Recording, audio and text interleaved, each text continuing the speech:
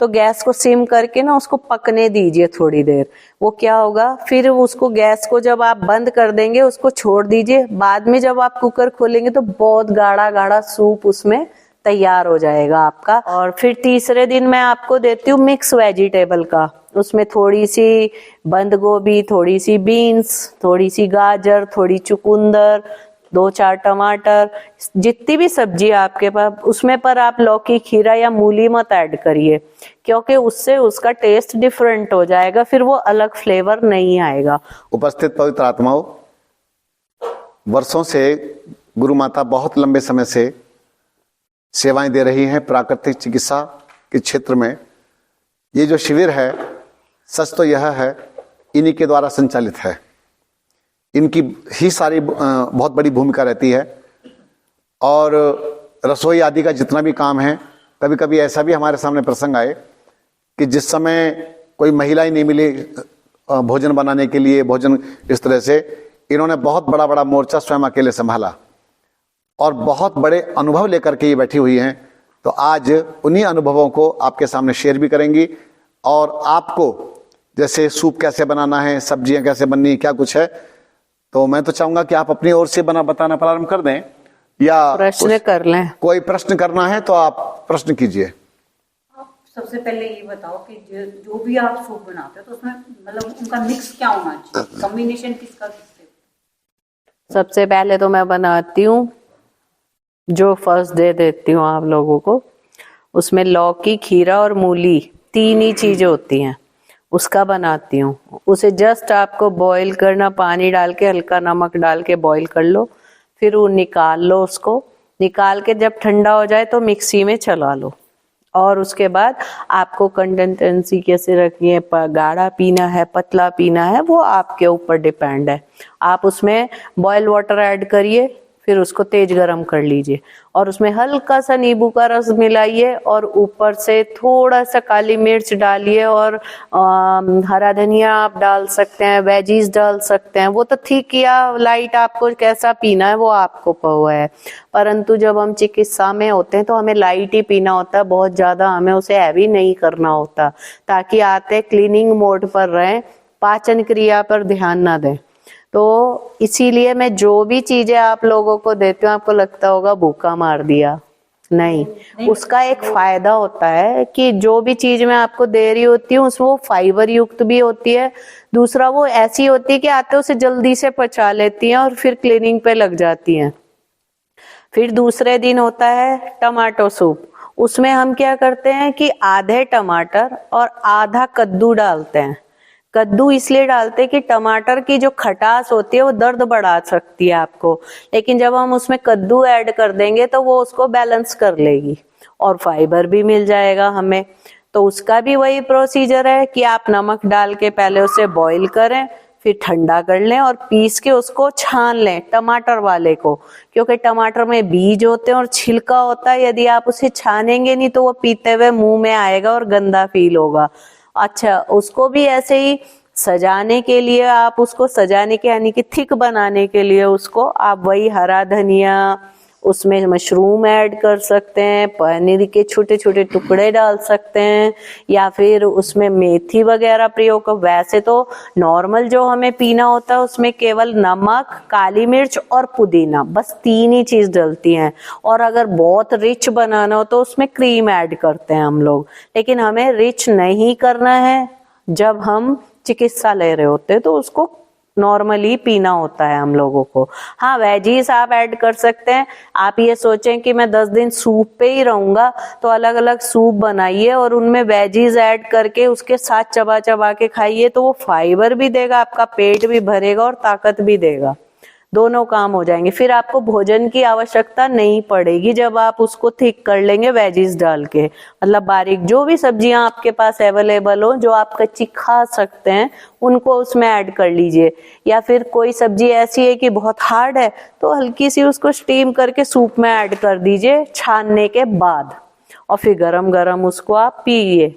और फिर तीसरे दिन मैं आपको देती हूँ मिक्स वेजिटेबल का। उसमें थोड़ी सी बंद गोभी, थोड़ी सी बीन्स, थोड़ी सी गाजर, थोड़ी चुकंदर, 2-4 टमाटर, जितनी भी सब्जी आपके पास, उसमें पर आप लौकी, खीरा या मूली मत ऐड करिए, क्योंकि उससे उसका टेस्ट डिफरेंट हो जाएगा, फिर वो अलग फ्लेवर नहीं आएगा। और उसमें साथ में आप जो मसाला डालेंगे ना, मैं एक सूप में ना केवल एक ही मसाला चेंज करती हूँ और उसी से फ्लेवर अलग हो जाता है। जैसे कि फर्स्ट सूप में मैंने नींबू डाला था, दूसरे सूप में मैंने पुदीना डाला, तीसरे वाले में मैं तेज पत्ते का पाउडर डालती हूँ मिक्स वेजिटेबल वाले में, क्योंकि उसका फिर वो अलग ही टेस्ट आता है। और फिर चौथे दिन मैं आपको देती हूँ काले चने का सूप।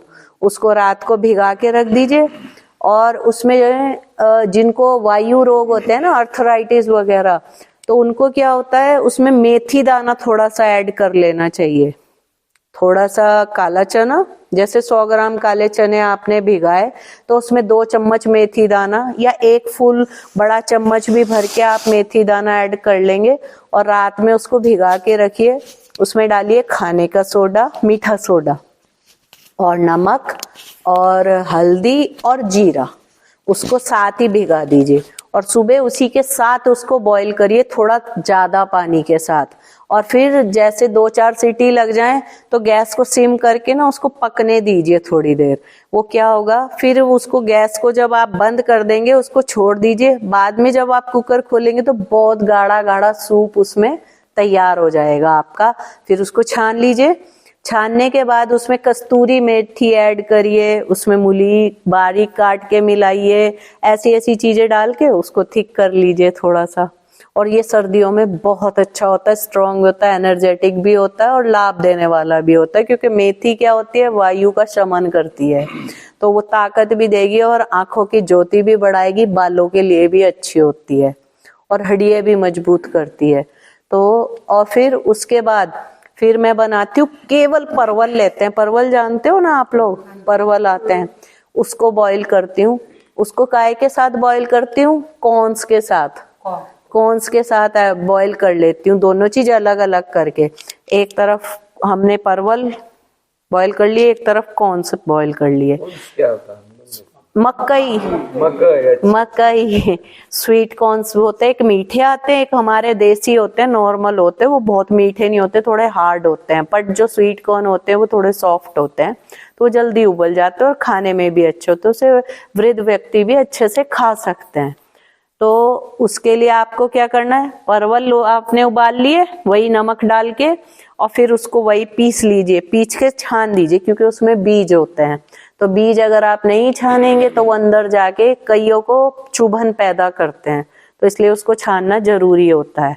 टमाटर और परवल वाले सूप को छानिएगा जरूर, बाकी तो छाने या ना छाने चल जाएगा। फिर उसमें वही है कि जो आपने कॉर्न का जो पानी डाला है, मतलब जब आपने उसको छान लिया ना, तो वो कॉर्न पानी सहित ही उसमें ऐड कर दीजिए। हाँ, और थोड़ी सी उसमें काली मिर्च, नमक वगैरह अपने टेस्ट अनुसार जैसा आप पीना चाहते हैं। वैसे नमक कम ही लेना चाहिए, क्योंकि नहीं तो फिर यूरिक एसिड बढ़ना शुरू हो जाता है। उसको कम लेंगे तो वो अच्छा काम करेगा, चिकित्सा भी करेगा आपकी और स्वास्थ्य भी देगा और साथ साथ ताकत भी देगा। ये हो गए 5 सूप हो गए आपके।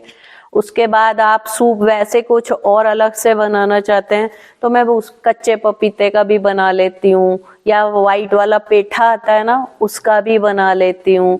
तो उसमें वही है कि कभी जैसे थोड़ा बहुत परवल ऐड कर दिए उसके साथ, या कभी मूली का एक छोटा सा टुकड़ा ऐड कर दिया, तो अदल बदल के उनमें से आप अलग अलग बना सकते हो। और मसाले तो बहुत आते हैं, तो उसको भी आप अपने स्वाद अनुसार उसमें डाल सकते हैं। और बाकी ये है कि आपको रिच बना के पिक करना है, मतलब थोड़ा सा वेट गेन करना है या ऐसा, तो उसमें क्रीम वगैरह, पनीर, ये सब आप ऐड कर लीजिए। ठीक है, बस सूप का तो इतना ही है। और दूसरी बात पूछ लीजिए कोई। कॉर्नफ्लोर डाल सकते हैं क्या? हाँ डाल, नहीं कॉर्नफ्लोर वैसे नहीं डालना आपको। जो ये सूप्स है ना, इनमें ऐड मत करिएगा कॉर्नफ्लावर। कॉर्नफ्लावर के लिए तो फिर ये है कि आप खूब सारी वेजीज बारीक काटिए, उनको स्टीम कर लीजिए, कॉर्नफ्लावर छोंकिए पानी में, जब वो थिक हो जाए उबल के, तब उसमें वो वेजीज ऐड कर लीजिए। लेकिन वो हमेशा नहीं पीना चाहिए, कभी कभी जब आपके पास कोई और ऑप्शन हो तब आप उसको पीजिए, वरना मत पीजिए, क्योंकि फिर वो जाके पेट में जमेगा। तो इसीलिए उसको नहीं डालना चाहिए, क्योंकि फिर इसकी प्राकृतिक वो खत्म हो जाती है सूप की। अगर आप उसमें कॉर्नफ्लावर ऐड कर देंगे तो वो इतना थिक हो जाएगा कि आप पी नहीं पाओगे, उसका जो नेचुरल टेस्ट है वो भी खत्म हो जाएगा। व्हाइट नमक की जगह सेंधा नमक सेंधा ही डालती हूँ मैं तो 5 सालों से। अपने घर में भी चीनी और नमक हम नहीं लाते, हम खांड और सेंधा नमक ही यूज करते हैं, या गुड़ वाली शक्कर यूज करते हैं। रिफाइंड भी यूज नहीं होता? हमारे यहाँ रिफाइंड भी यूज नहीं होता। मैं सरसों खुद लेती हूँ अपनी, और खुद उसको जो है ना पिसवाती हूँ, और फिर वो अपने 5 कनस्तर या 6 कनस्तर पूरे साल अपना चिकित्सा भी हो जाती है और परिवार में भी मतलब चल तेल जाता निकलवाते है। हैं उसका? तेल निकलवा लेती हूँ। पीली सरसों होती है? पीली भी होती है, काली भी होती है। तो 2 कनस्तर पीली के निकलवा लिए, वो नेती वगैरह के लिए सुपर काम करते हैं, तो वो चिकित्सा में भी काम हो जाता है और वैसे भी। कोई और मुझसे क्या पूछ रहा था, लेप के बारे में। तो लेप जो हम लोग लगाते हैं, तो उसमें हम क्या करते हैं, पहले दिन लगाते हैं मुल्तानी का लेप। उसमें हम ऐड करते हैं नारियल का तेल, गुलाब जल, सफेद चंदन और हल्दी। थोड़ी सी हल्दी नहीं करते तो फिटकरी डाल लेते, क्योंकि ये दोनों एंटीसेप्टिक होती हैं। कई बार त्वचा पे ऐसा होता है किसी को नहीं सूट कर रहा, रैशेज आ गए या और बहुत सारी प्रॉब्लम्स होती हैं, एलर्जेटिक भी होता है कोई कोई, तो इसलिए उसमें थोड़ी सी फिटकरी या हल्दी ऐड कर देते हैं और उसको घोल लीजिए, वो लगाइए। और नेक्स्ट डे लगाते हैं हम हल्दी का लेप। तो हल्दी का लेप भी हम इसी प्रकार बनाते हैं। उसमें थोड़ी मतलब 3 हिस्से हल्दी रखते हैं, 1 हिस्सा मुल्तानी, क्योंकि हल्दी क्या होती है, भीगने के बाद बिखरती है। जब वो फूल जाती है ना, आप उसको फिर ऐसे लेप नहीं लगा पाओगे, टूट टूट के नीचे गिर, तो इसलिए उसमें थोड़ी सी हम मुल्तानी ऐड कर देते हैं ताकि वो हमारे स्मूथली बॉडी पे लग जाए। और उसमें भी वही आप नारियल का तेल, गुलाब जल और ये चंदन ऐड कर लीजिए। और फिर एक हल्दी का लेप हम बनाते हैं शहद के साथ।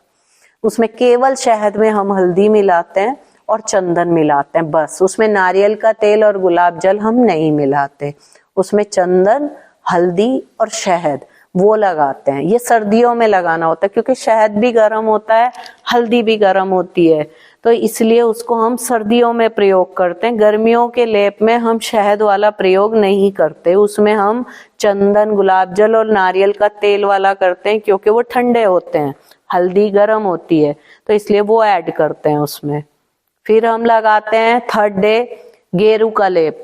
उसमें भी हम ये सारी चीजें मिलाते हैं, जैसे नारियल, चंदन, गुलाब जल, ये सभी मिलाते हैं और उसको घोलते हैं। वो क्यों होता है, गेरू ठंडा होता है, तो जो हमारे चिकित्सा से हम पोर्स खोलते हैं ना, जो भाप लेने के बाद हमारे खुलते हैं, तो वो उसको जाके वहां पे रिपेयरिंग करता है, उसको ठंडक पहुंचाता है, उसमें नई कोशिकाओं का जन्म होता है, तो वो हम उसमें लगाते हैं। और फिर 4th डे हम लगाते हैं हवन की, जो हमारी ये होती है ना भस्म, इसको मैं सारा इकट्ठा करके छान के रख लेती हूँ, तो वो लगवाती हूँ सबको। ये बहुत सुपर चीज होती है। इससे क्या होता है कि जितने भी बीमारियों के बैक्टीरियाज होते हैं ना, ये उनको खत्म करता है, तो ये बहुत जरूरी होती है। और इससे पॉजिटिविटी भी बहुत आती है लगाने से। तो इसीलिए आपने देखा होगा कि कहीं भी भस्म लेते हैं तो ऐसे करते हो, तिलक यहाँ लगाते, तो यही हमारा केंद्र होता है, यहीं से सब संचालित होता है, तो इसीलिए लगाते हैं, क्योंकि वो यहाँ पे लगाने से हमें पॉजिटिव एनर्जी देता है, तो ये भी हम लगाते हैं। प्रोसीजर वही है, उसमें भी वो सब चीज मिलाइए आप। और नहीं भी है, 1 टाइम अगर आपके पास कोई चीज पूरी नहीं है, चंदन है तो केवल चंदन के साथ घोल लो, गुलाब जल है तो उसके साथ घोल लो, एक चीज नहीं भी हो तो भी 2 चीज डालो और उसको लेप बनाओ, लगा लो।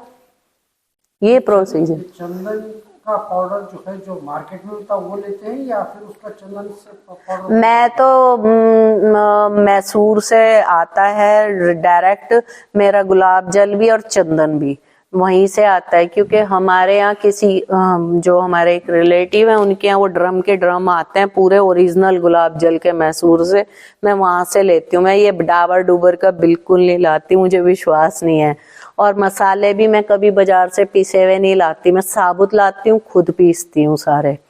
और जितनी भी चीजें मैं बनाती हूँ ना, जो भी सब्जियां मैं बनाती हूँ अधिकतर, मैं हाइब्रिड लाती नहीं हूँ। मैं लौकी भी देसी छांट के लाऊंगी, जो देसी हमारी होंगी, टेढ़ी मेढ़ी आड़ी तिरछी।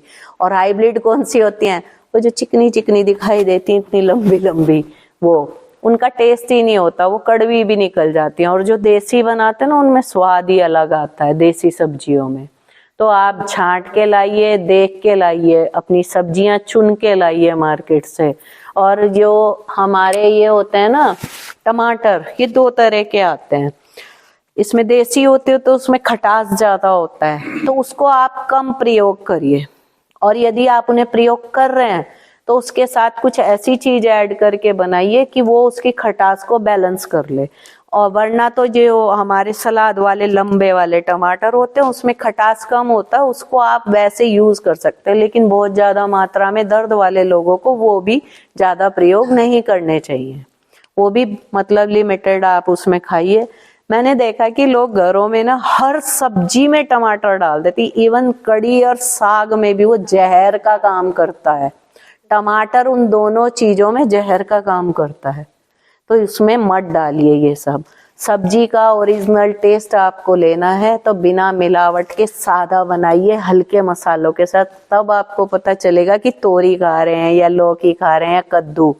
जब बाजारों में या शादियों में कहीं भी हम भोजन करते हैं ना, तो जो स्वाद हमारी जुबा पे आता है ना या जीवा पे आता है, तो वो मसालों का टेस्ट होता है, सब्जियों का नहीं होता है। और पूछिए कुछ। सूरज कुंजन क्रिया में जो पानी दिया जाता है, हाँ बहुत सारा पानी, हाँ, उसमें क्या मिलाते हैं? उसमें हम कई चीजें मिलाते हैं। मुलेठी विशेष होती है क्योंकि मुलेठी एंटीबायोटिक होती है, और ये एसिड का एकदम शमन भी करती है और रिपेयरिंग भी करती है।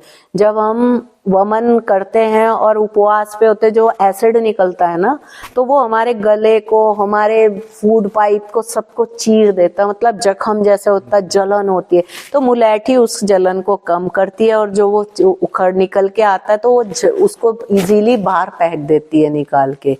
सबसे बेस्ट तो मुलेठी। फिर उसके बाद आप अमरूद के पत्ते उबाल के उसके पानी से भी कर सकते हैं, वो भी वही काम करता है। और अमरूद हमारे श्वसन तंत्र के लिए बहुत अच्छा होता है, हमारे गले के लिए, हमारे जो ये होता है जिसको क्या कहते हैं, वॉइस, वो कहते हैं ना, तो तो हाँ, तो उसके लिए भी बहुत बेस्ट होता है। कभी सर्दियों में आपका गला दुखे, हल्की सी खरखराहट हो, तो क्या करिए, कोमल सा एक अमरूद का पत्ता तोड़िए, उसमें एक छोटी सी गुड़ की डली के साथ सेंधा नमक की एक चुटकी डालिए, उसको पान की तरह चबा के खाइए और गुनगुना पानी पी लीजिए, फिर देखिए गला एकदम क्लीन, सारा कफ ठीक। 2-3 दिन रेगुलर खा लेंगे, बहुत अच्छा हो जाएगा। बच्चों को भी आप उससे क्या है, कभी खांसी ठीक ना हो रही हो तो 2-3 दिन उसको खा लीजिए, आपको बहुत आराम मिलेगा। और फिर उसके बाद जिनको वमन नहीं होता, बहुत मुश्किल से पानी बाहर आता है, तो उनको क्या करते हैं हम, बेड़ा होता है ना जो हम त्रिफले में डालते हैं, हरड़ आंवला बेड़ कहते हैं, तो बेड़ा बोलते हैं, उसको भी बॉईल करके उसके पानी से भी हम वमन करते हैं। और उसके बाद भी कोई बहुत ही सख्त मैदे वाला आता है जिसका पानी निकलता नहीं बाहर, तो उसको कराते गौमूत्र से, फिर गौमूत्र ऐड करते हैं पानी में, वो पिलाते हैं, फिर उससे उल्टी कराते हैं, उससे बहुत जल्दी वो सारा बाहर आ जाता है। वो रेयर और कभी उसके किसी बाद की इमरजेंसी में। उसके अलावा आप जामुन के पत्ते उबाल के उससे भी वमन कर सकते हैं, वो भी बहुत अच्छे काम करते हैं इस चीज के लिए, एसिड के लिए। और शुगर वालों के लिए तो वो बहुत ही अच्छी चीज है। उसके बाद जो पीने के लिए बाद में एक गिलास मिलता है, वो आरोग्य अमृत होता है। हाँ, उसको कड़वा के पानी, वो होता है क्या, वो 1000 रोगों की अकेली दवाई है। विशेष काम तो उसका ये होता है, वो हमारे पाचन तंत्र को दुरुस्त रखता है, जितना हम खाते पीते हैं उसको पचाता है, और जो एक्स्ट्रा चीजें होती हैं उनका वो निष्कासन करता है सब, और हमारे ब्लड को प्यूरिफाई करेगा, हमारे सारे अंगों को रिपेयरिंग देगा। और तो और उससे आप दांतों की मंजन करेंगे तो ना दांत कभी दुखेंगे, ना जल्दी से गिरेंगे, ना मुंह से स्मेल आएगी, ना ठंडा गरम लगेगा, और ना ही वो जैसे कहते हैं ना कि ब्लड आ रहा है, ऐसे हो रहा है, वो भी नहीं लगेगा। पायरिया तो लगेगा ही नहीं जब आप रेगुलर सुबह शाम उससे, चलिए आपने सुबह भी नहीं किया ना, रात को सोते हुए उससे मंजन करके सो जाइए, और कुल्ला मत करिए, बस आप उससे मंजन करिए और थूक दीजिए, बस ऐसे ही सो जाइए, उसको छोड़ दीजिए, और सुबह फिर कुल्ला करिए उठ के। तो वो पूरी रात भर जितने भी हमारे पूरे जबड़े में बैक्टीरिया होंगे सबको क्लीन कर देता है। पूरे दिन के जितने हम खाए पिए वो सब गंदगी वगैरह हमारे जमा होगी, सब निकल जाएगी। एक चम्मच कितने पानी में डालें? 1 गिलास में 1 चम्मच, या फिर उबाल नहीं सक रहे हैं तो सबसे अच्छा तरीका उसका ये है कि 1 चम्मच मुंह में डालिए चूरन, और 1 चम्मच एक साथ नहीं सटक सकते तो आधा आधा 2 बार करके डालिए, ऊपर से गर्म पानी पी लीजिए। सबसे आसान तरीका, उबालने में भी आलस नहीं आएगा, और अपनी डिब्बी रखिए अपने टेबल के पास, वहीं डालो और गर्म पानी पी लो। सुबह को भी खाली पेट, और रात को ज्यादा दिक्कत है तो रात को सोते हुए ले लो। शुगर वालों को 2 टाइम लेना चाहिए, सुबह भी लेना चाहिए और रात को सोते हुए भी लेना चाहिए। वो चाय जो बनाती है निरोग सुधा तो सिंपल है, वही प्रोसीजर है जैसे हम अपनी असम टी बनाते, काली चाय बनाते हैं, उसको आप दूध में भी उबाल सकते हैं और ये ऐसे पानी वाली भी। वैसे पानी वाली ज्यादा बेस्ट होती है क्योंकि वो कफ नहीं बनाती, और हम वो ब्रेन एंड हार्ट टॉनिक है। जितना वो हमारे हार्ट पे काम करेगी उतना ही ब्रेन पे भी काम करेगी, क्योंकि उसमें सारी चीजें ऐसी डली हुई हैं जैसे कि बनफशा है, ब्राह्मी, शंखपुष्पी, दालचीनी, मुलैठी, मजीठ, सब ऐसी चीजें हैं जो हमारे हार्ट और माइंड पर काम करती हैं। तो उससे क्या होता है कि एक तो कब्ज भी नहीं होती है कभी आप उसको पियो तो वो बहुत अच्छी चीज है। और कभी नजला वगैरह, जब जैसे कफ वगैरह होता है सर्दियों में, जब मौसम बदलता है या जब सर्दियां जा रही होती है तो प्राय ये समस्याएं होती हैं, तो उस समय वो सुपर काम करती है। और उसमें बल्कि थोड़ा सा आप लेमन ग्रास, मैं डालती हूँ थोड़ा, बट अगर लेमन ग्रास नहीं है ना तो 2-3 बूंद नींबू की डाल लो, उससे बहुत अच्छा फ्लेवर आता है और वो कफ का मतलब कफ को फाड़ के बाहर निकाल देता है। ये अपन नारियल का दूध बना के दिए थे, वो कैसे बना? कच्चा नारियल लेना है, उसको बारीक काट लीजिए और गुनगुने पानी के साथ मिक्सी में डालिए, पीस लीजिए उसको, और पीसने के बाद उसको छलनी से छान दीजिए। ऊपर वो फोक फोक रह जाएगा, सारा नीचे आ जाएगा, बस और कुछ भी नहीं है उसमें। चाय बन जाएगी? दूध की मैंने बना के नहीं देखी कभी, हम लोग तो ऐसे ही गर्मियों में जर्नली ऐसे। ये कह रहे थे दही बन जाती है उसकी। हाँ बन जाती है, शायद मूंगफली के दूध की भी बनती है, पर मैंने प्रयोग नहीं किया, मैंने प्रयोग नहीं किया, इसलिए मैं नहीं बता सकती। अगर हम कच्चा नारियल जो मिलता है पीने का, उसके अंदर जो नारियल रहता है, अगर उससे बनाएंगे तो कैसा टेस्ट में कुछ फर्क रहता है या? हाँ बिल्कुल फर्क रहेगा, उससे बनेगा ही नहीं। कच्चे नारियल से कैसे बनेगा, वो तो जरा सी मलाई मलाई सी होती है, थोड़े में अच्छी रहती है, अच्छी नहीं किसी में अच्छी भी होती है। हाँ अगर वो थोड़ी मोटी जमी हुई निकले ना, पानी कम निकले तो उससे बन जाएगा। हाँ लेकिन जो चिकनी चिकनी थोड़ी मलाई जैसी होगी उससे नहीं बनेगा, उससे नहीं बनेगा। जो थोड़ी मोटी निकलती है नारियल जैसी निकलेगी तो उससे हाँ उससे बन जाएगा, उससे बन जाएगा, पर मिठास थोड़ा कम आएगा। नारियल का पानी भी ऐड कर सकते हैं उसमें? कर सकते हैं। मैं तो सारा उसी में ही डाल देती हूँ, जितना नारियलों में से निकलता है ना उसी में ही मिला देती हूँ वो सारा पानी छान के। और मैंने स्किन का पूछा था,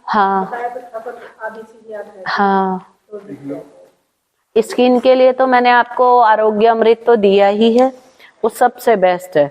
अच्छा उसको आप नींबू पानी से लेंगे तो वो बहुत अच्छा काम करेगा। बट अगर बॉडी में कहीं पेन है, सर्वाइकल है, या आपको स्पाइनल में कहीं या जोड़ों में, मतलब आपके जॉइंट्स में कहीं ऑर्थराइटिस की थोड़ी भी शिकायत हो, नहीं नींबू से नहीं लेना। फिर आपको वो सादे पानी से, वो गर्म पानी से या तो फंकी लीजिए या बॉईल करके पीजिए।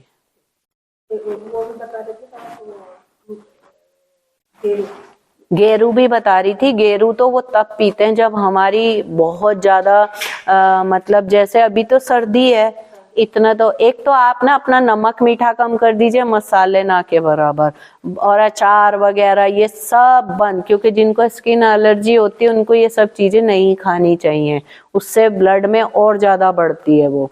और दूसरा कि अपने गेरू का ये है कि जैसे उसे मैंने बताया था कि 1 गिलास में तो 1 छोटी सी डली भिगा के रख लो, और जब वो 3 घंटे भीग जाए तो उसको थोड़ा सा हिलाओ, छान लो, और छानने के बाद वो पानी पीना है, और जो नीचे का गाढ़ा गाढ़ा उसे वहीं छोड़ दो, फिर भर के रख दो। पर ये काम आप गर्मियों में करना, सर्दियों में नहीं पीना, वरना अकड़ जाओगे। जो बहुत अधिक वर्क करते हैं, लेबर करते हैं, वो लोग तो उसको पचा लेंगे, बट जो बड़े बूढ़े हमारे वृद्ध हमारे घरों में रहते हैं, ज्यादा कार्य नहीं करते, या बहुत सारी बाइयां लगी होती हैं काम वाली कि भाई सारा काम वही करेगी, सब्जी भी वही छोकेगी, पोछा भी वही लगाएगी, टॉयलेट भी वही क्लीन, तो वो कृपया करके उसका प्रयोग ना करें। वो बाई पी सकती है। हाँ, बाई पिएगी, उसको वो पचा लेगी, वो 12 महीने पचा लेगी। बाई पचा लेगी। बाई तो सब पचा लेगी, क्योंकि वो बहुत मेहनत कर रही है, वो सब पचा लेगी। हाँ, ठंडा होता है, वो दिया इसीलिए जाता है क्योंकि वो ब्लड को प्यूरिफाई कर देता है, ब्लड की मतलब जो गर्मी होती है उसको कम करता है। तो उससे क्या होता है कि जो स्किन पे बाहर उभर के आने लगती है, वो हमारा यूरिन के साथ बाहर निकलना शुरू हो जाता है फिर वो।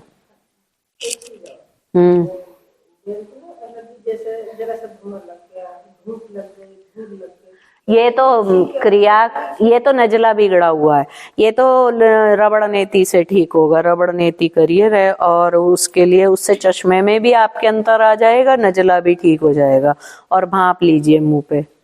और दूसरी बात एक ये कि जैसे आप कासनी भी ले सकते हैं, ये स्किन एलर्जी के लिए सुपर काम करेगी आपको। कासनी को भिगोना ही नहीं है, मैंने दूसरा प्रोसीजर बताया है कि उसको सुखा लीजिए, सुखा के उसको ग्राइंडर में बारीक पाउडर बना के रखिए, और दोनों समय भोजन से आधा घंटा पहले 1 चम्मच पाउडर मुंह में डालिए और ताजा पानी पी लीजिए। वही बता रही हूँ भ्राता जी, उसको पीस के रख लीजिए, क्योंकि भिगो दोगे ना तो जार में पिसेगा नहीं, ऐसे ही चिपक जाएगा, पानी पानी घूमता रहेगा। और किसी के घर में आज सिलबट्टे नहीं मिलते कि उस पर रगड़े कोई बैठ के। आजकल सब बाइयां भी नहीं कोई रगड़ के देगी, वो कहेगी कि मैं तो खड़े खड़े किचन में काम कर दूंगी पर सिलबट्टे पे नहीं रगड़ूंगी। तो इसीलिए उसको सबसे सरल और सही उपाय ये है कि उसका चूरन बनाओ, और वो बहुत अच्छा काम करती है। उसमें क्या होगा कि वो जो उसका गुण है वो तो आपको देगी ही, और वो फाइबर भी अंदर जा रहा है उसके साथ ना, तो वो पेट भी क्लीन करती है। वो ले लीजिए आप, वो कासनी आप 12 महीने सेवन कर सकते हो, कोई परेशानी नहीं। अगर आपने 3-4 महीने रेगुलर खा ली तो आपकी ये सारी स्किन प्रॉब्लम सॉल्व हो जाएगी। और कुछ? ठीक। ये ड्राई फ्रूट्स वगैरह ऐड कर सकते हैं सूप में वगैरह जब? नहीं सर, मैंने क्या बोला था कि ड्राई फ्रूट्स कौन खाएगा? जो बहुत लेबर वर्क कर रहा है। अब आपकी उम्र ड्राई फ्रूट्स खाने की नहीं है, और यदि खाना भी है आपको तो केवल 2 अंजीर और 3 बादाम भिगा के रखिए, बादाम छीलिए और सुबह को उसकी चटनी बनाइए और वो खाइए केवल, बस। उसके अलावा कुछ नहीं। वो कौन पचाता है? वो 35 या 40 की एज तक बहुत ज्यादा, कोई वो भी जो बहुत मेहनत करता है उसको खाना चाहिए। अंजीर भिगो कर फिर जो पानी होता है उसमें पी सकते हैं। हाँ, उसको पी लीजिए। किशमिश और मुनक्का ले सकते हैं? किशमिश मुनक्का ले सकते हैं। किशमिश पेट के लिए बहुत अच्छी होती है, आंतों की गर्मी को ठंडक देती हैं। और बल्कि उसके साथ आप खरबूजे की गिरी ऐड करिए, उसकी चटनी बनाइए, थोड़ी सी भूरी मिर्च डालिए उसमें, वाइट वाली, उसके साथ 4-5 दाने वो रगड़ दीजिए और उसकी चटनी बना के तब खाइए। जरा सा उसमें काले नमक की 1 चुटकी डालिए और चटनी बनाइए, वो खाइए। वो आंतों को इतना बल देती है, बहुत ज्यादा, उनको नवीन कर देती है बिल्कुल। जैसे किसी जख्म पे हम मल्लम लगा लेते हैं ना, वो काम करती है आंतों के लिए। स्वामी जी, काजू और पानी में भिगो के यूज कर रहे हैं, वैसे ही कर सकते हैं। इसका सेवन किया जा सकता है। क्या? काजू और खजूर। देखिए, काजू बहुत ज्यादा हेल्दी होता है, वो कब्ज बनाता है। आप दिन में 2-4 दाने वैसे खा लें, वो एक अलग बात होती है, परंतु रेगुलर वो भी नहीं खाने चाहिए। अगर आपने रेगुलर वो खाने शुरू कर दिए तो कहीं ना कहीं वो आपकी आंतों में किसी कोने में जाके इकट्ठा होना शुरू हो जाएंगे और भविष्य में वो भयंकर कब्ज बनाएंगे। तो कभी कभार खा लीजिए, या कभी खीर बना ली हमने, या कुछ ऐसी चीज कभी तीज त्योहार पे कोई, तो थोड़ा बहुत उसमें ऐड करिए, खाइए। वरना काजू बादाम अरब वाले खाते हैं, वो खाएं, क्योंकि उनके खाने के तरीके दूसरे होते हैं। वो रगड़ के और बहुत अच्छे से कहवे बना के और इस तरह से वो बना के पीते स्वामी जी हैं। एक चटनी खाते थे ना वो, जी। सफेद तिल, खसखस, हाँ। बादाम। खजूर आप ले सकते हैं। खजूर अच्छे होते हैं, होते तो गर्म है, बट आप और सिंथेटिक मिठाइयाँ और वो खाने के बजाय भोजन के बाद 2 खजूर खाइए बस, तो वो बहुत पाचक भी होते हैं और शक्तिवर्धक भी होते हैं। भिगी हुई किशमिश का पानी भी पी सकते हैं। बिल्कुल पी सकते हैं। लौकी की सब्जी खिलाएं और भारीपन है। इसीलिए मैंने सबको बोला था कि जिन लोगों ने उपवास छोड़ा है थोड़ा थोड़ा खाइएगा। देखो मुझे खिलाने में कोई भी प्रॉब्लम नहीं है, मैं इतना भर के, जहाँ मैं 1 बाल्टी बना रही हूँ ना, मैं 4 बाल्टी 5 बाल्टी भर के बना सकती हूँ, खूब खिला सकती हूँ, बट मुझे नहीं देना है, क्योंकि जो यंत्र हमारी सफाई का काम कर रहे हैं तो फिर वो सफाई बंद कर देंगे, फिर वो क्या करेंगे, पचाने में जुट जाएंगे, फिर जिस चीज के लिए आप यहाँ आए हो वो काम आपका नहीं होगा, वो उद्देश्य हल ही नहीं होगा आपका। आप किस लिए आए हो, यहाँ सफाई के लिए आए हो। तो जितना कम खाएंगे और क्रियाएं करेंगे सारी, उतनी जल्दी ही आपका सारा डिटॉक्सिफिकेशन हो जाएगा। तो मैं इसीलिए सोचती हूँ कि थोड़ा ही दूं। ये ऐसे नहीं कि मैं जानबूझ के आपको कम दूंगी, इन्हें ज्यादा दूंगी या इनको नहीं दूंगी, ऐसा नहीं है। मेरे लिए सारे बराबर है। माँ बोलते हो तो माँ के लिए बच्चे सब बराबर होते हैं, मेरे को किसी से कोई समस्या नहीं होती। बस ये होता है कि मुझे कई काम देखने होते हैं, अनुशासन रखना होता है, तो इसलिए मुझे थोड़ा सा कहना पड़ता है सबको, भाई जल्दी करो, जल्दी आओ, लेट मत हो, यहाँ मत डालो, ये मत करो। देखो सब अपने अपने घरों के राजा होते हैं, कोई गरीब नहीं होता, चाहे कोई गरीब है पर वो अपने घर में राजा होता है और उसके अकॉर्डिंग वो अपने सारे काम बहुत अच्छे से करता है और उसको सेटिस्फेक्शन होता है। बट जब हम कहीं बाहर जाते हैं ना, तो जो सुविधाएं हमें मिल रही होती हैं तो उसको उन वहाँ के अनुसार ही हमें प्रयोग करके लाभ लेने चाहिए। ये नहीं कि ये नहीं है आपके यहाँ, ये नहीं है आपके यहाँ, ये नहीं है। अगर आप ऐसा करोगे, सोचोगे, तो फिर आप सही नहीं हो सकते। आप कहीं भी चले जाइए दुनिया में, क्योंकि जब तक हमारा ये उसको स्वीकार नहीं करेगा ना, तब तक आप उसका लाभ ही नहीं पा सकते। कहीं आप लाखों रुपए भी दो और वहां पे भी आप देखते रहोगे, अरे यार इसके कॉकरोच चल रहा है इसके टेबल पे, और उसमें अबे वो ये तो उसकी बोतल पे ना गंदी टेप चिपक रही है यार, छी। तो वो माइंड क्या है, वहीं लगा रहेगा, वहां जाएगा ही नहीं। अपने पे कंसंट्रेट करो, अपनी बॉडी पर ध्यान रखो कि क्या चीज हमारे को क्या काम दे रही है, क्या लाभ दे रही है, तभी आप उसका पूरा लाभ ले पाओगे। अरे छोटी सी बात, जैसे कई बार हम सब कुछ खाते हैं, मूंग की दाल को ये कहा जाता है कि सबसे लाइट है, लेकिन ये मूंग की दाल भी कई बार इतनी गैस बना देती है। बिल्कुल बनाती है। अब आप मेरी बात सुनिए, दालों में प्रोटीन बहुत ज्यादा मात्रा में होता है, एंड आफ्टर एज ऑफ 40 उसको दालों को बहुत ही कम कर देना चाहिए भोजन में। और अगर आप मूंग की दाल खाना चाहते हैं या दालें और भी खाना चाहते हैं, तो मूंग की दाल में आप थोड़ी सी कोई भी वेजिटेबल मिला लीजिए, लौकी मिला लीजिए, तोरी मिला लीजिए। जैसे मैं बनाती हूँ, मैं क्या करती हूँ, मूंग की धुली दाल और छोटी लाल मसूरी होती है, दोनों मिलाती हूँ और उसमें तोरी डाल के बनाती हूँ, तो फाइबर और प्रोटीन दोनों ऐड हो गए। उसके प्रोटीन को वो तोरी पचा देगी। ऐसे ही चने की दाल खानी है तो वो भी ठीक होती है, कहते हैं बहुत हैवी होती है, तो उसमें यदि आप लौकी डाल के बनाएंगे तो वो उसको उसके साथ पचा देगी। तो ऐसे ही काली मसूर बना रहे हो तो उसमें पालक ऐड कर लीजिए। और अगर आप छिलके वाली मूंग की दाल बना रहे हैं तो आजकल मेथी आ रही है, मूंग की दाल को भिगा के रखिए और भिगाने के बाद ना उसमें इतना पानी रखिए कि बस वो उस पानी में फूल जाए, पानी बचे ना, और उसको कढ़ाई में छौंक लगाइए हल्का सा, 1 हरी मिर्च डाल के और नमक के साथ, और ऊपर से मेथी फैला लीजिए और उसको स्टीम करिए। उबालना नहीं है, पकाना नहीं है, स्टीम करना है। स्टीम करिए उसको, और वो मेथी और वो दाल मिलकर इतना स्वादिष्ट बनती है ना। अगर आपको थोड़ी पतली खानी है तो उसमें थोड़ा पानी मिला लीजिए आप, और यदि आपको उसको भुज्जी की तरह खानी है तो उसको ऐसे ही खाइए। तो जो मेथी है ना, उस दाल को पचा देगी, आपके प्रोटीन को बैलेंस कर लेगी। तो दालों को 50 की एज के में या 60 की एज में सब्जियों के साथ बना के खाना चाहिए, ताकि वो आपको गैस ना बनाए।